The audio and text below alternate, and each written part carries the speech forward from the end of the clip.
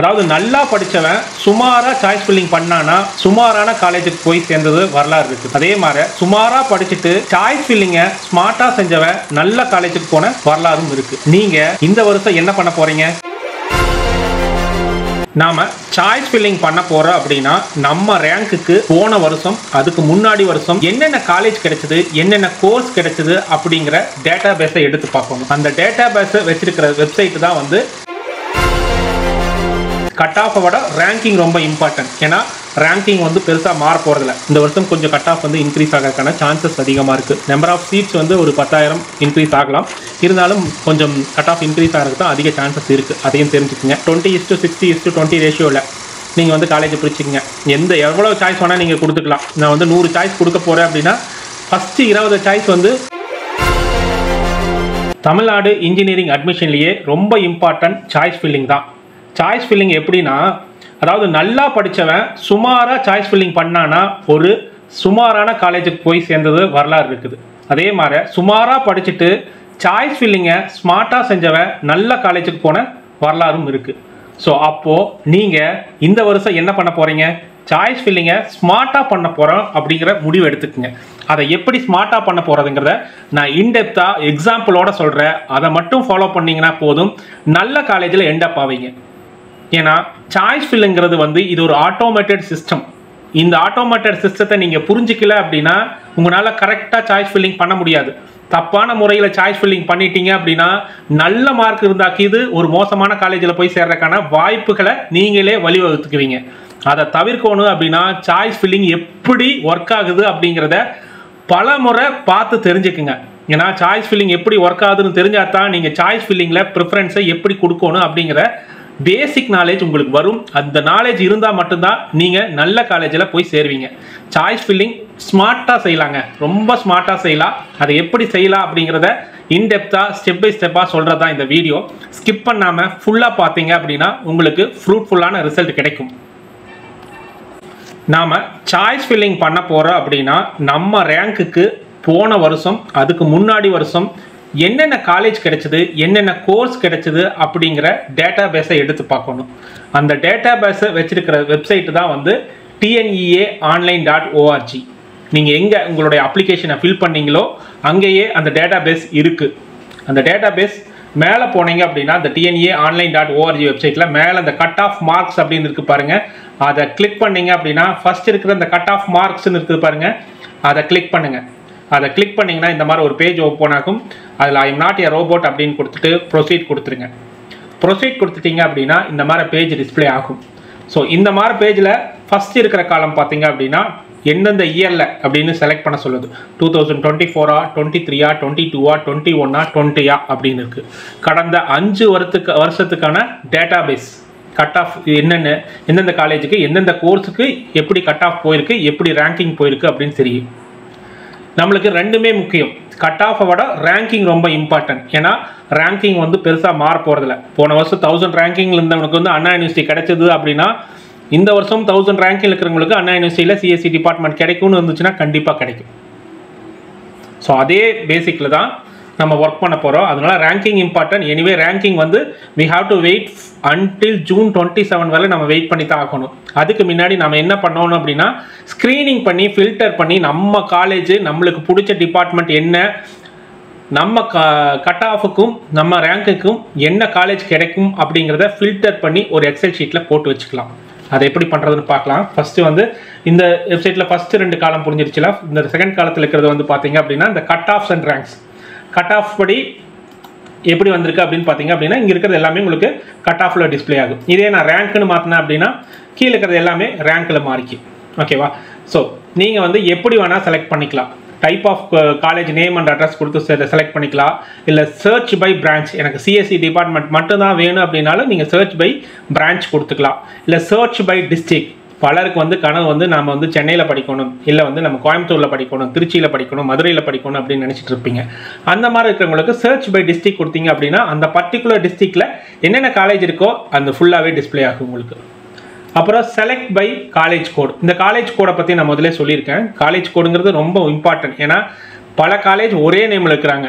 சிலர் வந்து college of technology, college of இன்ஜினியரிங்னு வச்சுக்கிறாங்க. சிலர் வந்து ரெண்டையும் சேர்த்து காலேஜ் ஆஃப் இன்ஜினியரிங் அண்ட் டெக்னாலஜின்னு வச்சுக்கிறாங்க.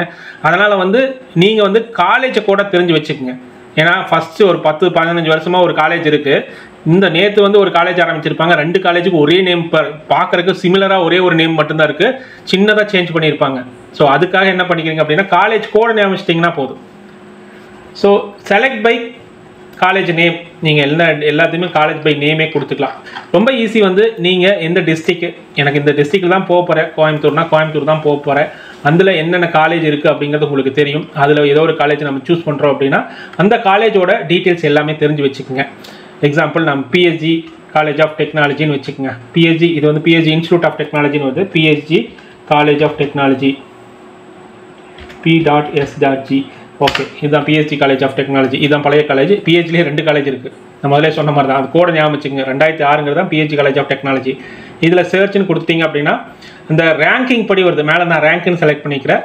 ரேங்கிங் படி பார்த்தீங்க அப்படின்னா பிஹெச்சி காலேஜில் ஆட்டோமொபைல் டிபார்ட்மெண்ட் வந்து 20,405 ரேங்க் வச்சுருந்தாக்கியது ஓசியில் கிடச்சிருக்கு. பிசியில் வந்து 24,565 ரேங்க் வச்சுருந்தாக்கியது பிசியில் கிடச்சிருக்கு. இது வந்து ஆட்டோமொபைல் டிபார்ட்மெண்ட். இப்போது பீக்கில் இருக்கிறது என்னன்னு பார்த்தீங்க அப்படின்னா கம்ப்யூட்டர் சயின்ஸ் டிபார்ட்மெண்ட். நேராக கம்ப்யூட்டர் சயின்ஸ் டிபார்ட்மெண்ட்டுக்கு போயிருங்க. கம்ப்யூட்டர் சயின்ஸ் அண்ட் இன்ஜினியரிங், இதில் வந்து artificial engineering and machine learning வந்திருக்கு.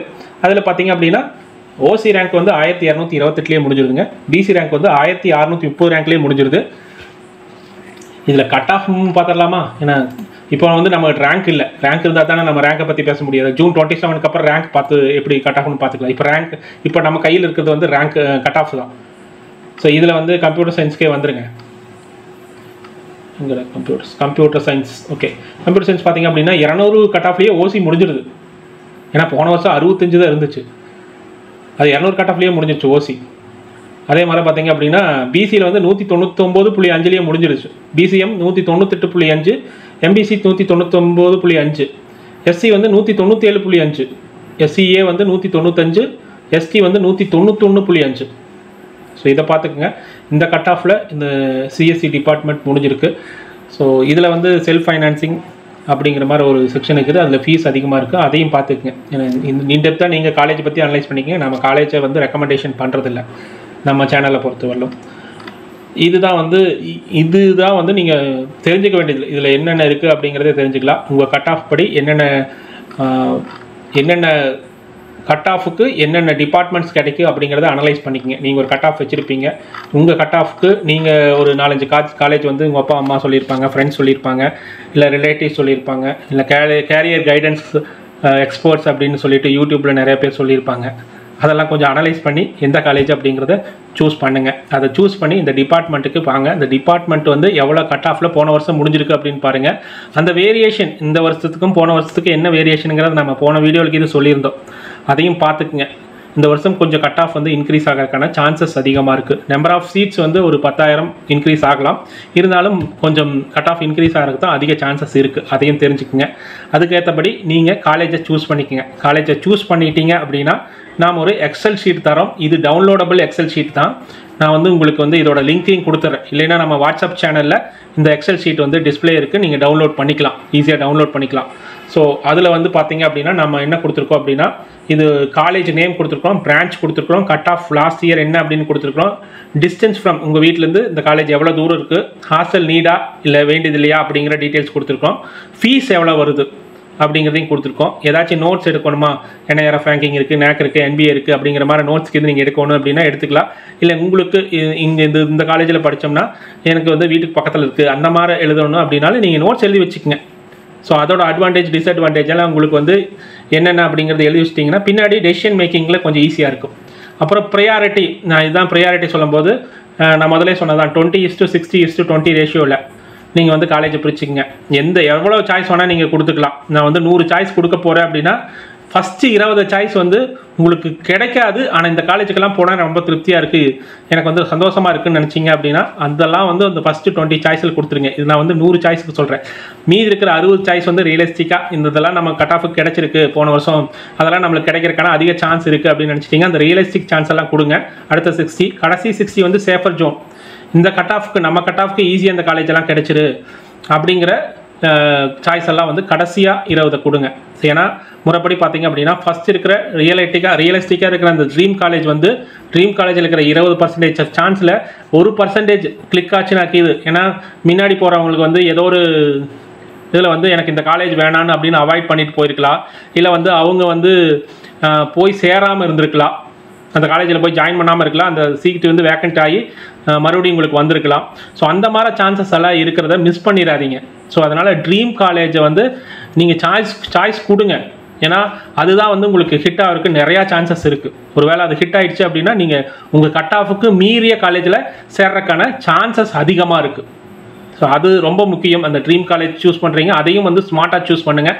அடுத்தது வந்து ரியலிஸ்டிக், அது வந்து ரொம்ப ஈஸி. நீங்கள் போன வருஷம் கட் ஆஃப்க்கு உங்கள் கட் ஆஃபுக்கு என்னென்ன காலேஜ் கிடைச்சிருக்கு, அது உங்கள் ஏரியாவில் இருக்கிற காலேஜா இல்லை நீங்கள் விருப்பப்படுற காலேஜா, அதெல்லாம் நீங்கள் பேரண்ட்ஸ் கூடயும் ஃப்ரெண்ட்ஸ் கூடயும் உங்களுக்கு கைடன்ஸாக இருக்கிறவங்க கூடயும் டிஸ்கஸ் பண்ணி சாய்ஸை எடுங்க. அது வந்து ரியலிஸ்டிக். கடைசி 20% வந்து சேஃபர் ஜோன், அதை வந்து நீங்கள் ரியலிஸ்டிக்காக பண்ணிக்கங்க. அதுக்கு நான் ஒரு எக்ஸாம்பிள் கொடுத்துருக்கிறேன் பாருங்கள். இது வந்து 195க்கு மேலே இருந்த கட் ஆஃப்க்கெல்லாம் வந்து நான் வந்து எப்படி கொடுத்துருக்கேன் அப்படின்னா, இந்த 199 இதெல்லாம் வந்து 200ல் ஃபில் ஆச்சு. நம்ம இப்போ தான் பார்த்தோம் கம்ப்யூட்டர் சயின்ஸ் வந்து 200லேயே ஃபில் ஆயிடுச்சு. இருந்தாலும் நான் வந்து எனக்கு கிடைச்சா நல்லா இருக்குது அப்படின்னு சொல்லிட்டு நான் ஒரு இதில் வந்து பார்த்தீங்க அப்படின்னா 20 சாய்ஸ் தான் கொடுத்துருக்கேன். அதில் 4 சாய்ஸ் வந்து 20ல் வந்து 20% போட்டிங்கன்னா 4 அந்த 4 வந்து ட்ரீம் பிஎஸ்சியில் எனக்கு computer science and engineering, artificial intelligence and machine learning, Coimbatore institute of டெக்னாலஜியில் artificial intelligence and data science, அதே மாதிரி ஜிசிடியில் கம்ப்யூட்டர் சயின்ஸ். இதெல்லாமே வந்து 199 கிடைச்சிருக்கு போன வருஷம். இப்போ எனக்கு கட் ஆஃப் 197 தான் வச்சுக்கோங்க. அதனால் நான் அந்த 2 கட் ஆஃப் மீறி நான் ஆசைப்பட்றேன். கிடைச்சதுன்னா லக்கு அப்படிங்கிறதுக்காக தான் அந்த ட்ரீம் காலேஜ் கொடுத்துருக்கேன். ஒருவேளை அது கிடைக்கலைனாலும் உங்களுக்கு ஒன்றும் பிரச்சனை இல்லை. ரியலிஸ்டிக்காக என்னென்ன கிடைக்கும் அப்படிங்கிறதையும் நான் போட்டிருக்கிறேன். 197க்கு என்னென்ன ரியலிஸ்டிக்காக கிடைக்கிறேங்கிறத சின்ன ரிசர்ச் பண்ணி நான் போட்டிருக்கிறேன். இது வந்து நீங்கள் உங்களுடைய சாய்ஸ் மாறும், உங்களுடைய காலேஜ் மாறும், உங்களுடைய ப்ரிஃபரன்ஸ் மாறும். அது டிபெண்ட்ஸ் அப்பான் ஒவ்வொரு இண்டிவிஜுவலுக்கும். நீங்கள் உங்களுடைய ஸ்ட்ரென்த் அண்ட் வீக்னஸை அனலைஸ் பண்ணி இந்த சாய்ஸை போடுங்க. இல்லை அப்படின்னா உங்கள் ஸ்ட்ரென்த் என்ன வீக்னஸ் என்ன அப்படிங்கிறத ஒரு பேப்பரில் எழுதி அனலைஸ் பண்ணி பேரண்ட்ஸ்கிட்ட கைடன்ஸ் யார் கைடன்ஸ் கொடுப்பாங்களோ அவங்ககிட்ட எல்லாம் டிஸ்கஸ் பண்ணி பண்ணுங்கள். உங்களுக்கு ஏதாச்சும் பர்டிகுலராக ஹெல்ப் வேணும் அப்படின்னா நாங்கள் ஹெல்ப் பண்ணுறதுக்கு ரெடியாக இருக்கோம். ஆனால் எங்கள் டைம் அண்ட் எனர்ஜியை நாங்கள் வேஸ்ட் பண்ணுறதுனால அது வந்து நாங்கள் பேடாக தான் பண்ண முடியும். அப்போ தான் வந்து நாங்கள் வந்து ரியலிஸ்டிக்காக உங்களுக்கு ஹெல்ப் பண்ண முடியும். அதனால் அந்த சர்வீஸ் வேணும் அப்படின்னு நினைக்கிறவங்களுக்கு நம்ம ரொம்ப வெகு சிலருக்கு ஒரு 5 பேர்த்துக்கு தான் மொத்தமாக ஹெல்ப் பண்ண முடியும் அப்படிங்கிற டைம் தான் நம்மகிட்ட இருக்குது. அந்த மாதிரி இருக்கிறவங்களுக்கு மட்டும்தான் நம்மளால் ஹெல்ப் பண்ண முடியும். அப்படி இருந்தீங்கன்னா எங்களை காண்டாக்ட் பண்ணுங்கள். கீழே நம்பர்ஸ் போல் ஆகிட்டு இருக்கும். அதே மாதிரி வந்து நான் சேஃபர் ஜோன்னு சொன்ன பாருங்கள், அந்த சேஃபர் ஜோனையும் வந்து நீங்கள் வந்து ஸ்மார்ட்டாக சூஸ் பண்ணி வச்சுக்கோங்க. ஏன்னா போன வருஷம் உங்களை மீறி 197 இருந்தீங்க அப்படின்னா 195 96ல் என்னென்ன காலேஜ் கிடைச்சதோ அதெல்லாம் எடுத்து வச்சிட்டிங்க அப்படின்னா உங்களுக்கு ஈஸியாக இருக்கும். ஏன்னா நீங்கள் சாய்ஸ் ஃபில்லிங் நிறையா கொடுத்து வச்சுக்கோங்க. ஒருவேளை உங்களுக்கு சாய்ஸ் கொடுத்த 20லையுமே உங்களுக்கு கிடைக்கல அப்படின்னா நீங்கள் வந்து ரிஜெக்ட் ஆகிடுவீங்க. அதனால் சாய்ஸ் ஃபில்லிங் மேக்ஸிமம் கொடுத்து வச்சுக்கோங்க. எவ்வளோ முடியுமோ அவ்வளோ கொடுத்து வச்சுக்கோங்க. சாய்ஸ் ஃபில்லிங்கை பொறுத்த வரல எப்படி அப்படின்னா, நீங்கள் வந்து ஹையர் கட் ஆஃப் ரவுண்ட் 1ல் வந்துடுறீங்க அப்படின்னா சாய்ஸ் ஃபில்லிங் கம்மியாக இருந்தாக்கி இது பரவாயில்ல. இந்த நடு ரீஜனில் இருக்கிறீங்களா, இந்த 170 150லேருந்து 180 190 எல்லாம் இருக்கிறீங்களா, அவங்களாம் முடிஞ்ச வரல ஒரு 100 சாய்ஸ் நாள் எடுத்து வச்சுக்கோங்க. 100 சாய்ஸ் நாள் எடுத்து வச்சுக்கிட்டிங்கன்னா தான் உங்களுக்கு வந்து உங்கள் ரவுண்டு வரும்போது உங்களால் ஃபில்டர் பண்ணுறது ரொம்ப ஈஸியாக இருக்குது. அந்த ரவுண்டு வந்ததுக்கப்புறம் ஹரிபரியா அப்படி இப்படின்னு சொல்லி பண்ணும்போது உங்களுக்கு காலேஜ் சாய்ஸு எல்லாமே மாறி போயிடும். அதே மாதிரி போன வீடியோவில் சொன்ன மாதிரி தான், தயவுசெய்து லாகின் ஐடி பாஸ்வேர்டை யார்கிட்டையும் ஷேர் பண்ணிடாதீங்க. கடைசி நேரத்தில் உங்களுடைய சாய்ஸை மாற்றி விட்டு அவங்க காலேஜ் எடுக்க வச்சுட்டாங்க அப்படின்னா உங்கள் ஃப்யூச்சரே மாறிடும். ஸோ அதனால் லாகின் ஐடி பாஸ்வேர்டு வேறு யாருக்காச்சும் சொல்லியிருந்தாலும் பாஸ்வேர்டை மாற்றி வச்சுக்குங்க. இது நம்மளுடைய ஹம்பிள் ரெக்வஸ்ட். ஹோப் உங்களுக்கு எல்லாமே கிளாரிட்டி ஆகிருக்குன்னு நினைக்கிறேன். நீங்கள் எந்த காலேஜ் எடுக்க போகிறீங்க, உங்கள் கட் ஆஃப் என்ன அப்படிங்கிறத கமெண்ட் செக்ஷனில் கமெண்ட் பண்ணுங்கள். அதே மாதிரி உங்களுக்கு ஏதாச்சும் டவுட் இருந்துச்சு அப்படின்னாலும் கமெண்ட் செக்ஷனில் போடுங்க. முடிஞ்ச வரலும் நம்ம எல்லா வீடியோலையும் போய் பாருங்கள். நம்ம எல்லா கமெண்ட்ஸுக்குமே முடிஞ்ச வரலும் ரிப்ளை பண்ணியிருக்கோம். சில கமெண்ட்ஸுக்கு வந்து நம்மளுக்கு ஆன்சர் தெரியலையோ இல்லை வந்து ஆன்சர் வந்து கிரிட்டிக்கலாக இருக்குதோ அதுக்கு மட்டும்தான் லீவ் பண்ணியிருப்போம். முடிஞ்ச வரலும் எல்லா கமெண்ட்ஸுக்குமே நம்ம ரிப்ளை பண்ணியிருக்கோம். ஸோ அதே மாதிரி உங்கள் கமெண்ட்ஸுக்கும் கண்டிப்பாக ரிப்ளை பண்ணுவோம். இந்த வீடியோவை நிறையா பேர்த்துக்கு கடத்துங்க. உங்கள் ஃப்ரெண்ட்ஸ் அண்ட் ஃபேமிலியை பார்க்க வைங்க. அவங்களுக்கு இந்த வீடியோ வேறு மாதிரி புரியும், உங்களுக்கு அட்வைஸ் பண்ணுறதுக்கு ஈஸியாக இருக்கும். அதே மாதிரி உங்கள் ஃப்ரெண்ட்ஸுக்கெல்லாம் ஷேர் பண்ணுங்கள். இந்த கண்டென்ட் உங்களுக்கு பிடிச்சிருந்ததுன்னா லைக் பண்ணிங்கன்னா யூடியூப் வந்து இதை வந்து நிறையா பேர்த்துக்கு கொண்டு போய் சேர்க்கும். கண்டிப்பாக லைக் பண்ணுங்கள். ஏன்னா வந்து அதில் தான் வந்து நம்ம வீடியோ வந்து நிறைய பேர்த்துக்கு போய் சேரும். நம்ம சேனலை சப்ஸ்கிரைப் பண்ணி வச்சுக்கோங்க. இன்னும் வந்து சாய்ஸ் ஃபில்லிங் முடிச்சதுக்கப்புறம் நீங்கள் எப்படி வந்து அக்செப்டோ ரிஜெக்டோ இல்லை அப்வர்ட் மூமெண்ட்டோ பண்ண போகிறோம் அப்படிங்கிறத வந்து இன் டீட்டெயிலான வீடியோ வந்து பார்க்க போகிறோம். வித் எக்ஸாம்பிளோட பார்க்க போகிறோம். அதே மாதிரி ஒவ்வொரு நாளும் ஒவ்வொரு தகவலை வந்து நம்ம வாட்ஸ்அப் சேனலில் நம்ம ஷேர் பண்ணிகிட்ருக்குறோம். நம்ம வாட்ஸ்அப் சேனலை வந்து சப்ஸ்கிரைப் பண்ணிக்கோங்க. அதோட லிங்க்கும் வந்து நம்மளுடைய டிஸ்கிரிப்ஷனில் கொடுத்துருக்கோம். மீண்டும் ஒரு நல்லதொரு வீடியோவில் சந்திப்போம். நன்றி, வணக்கம்.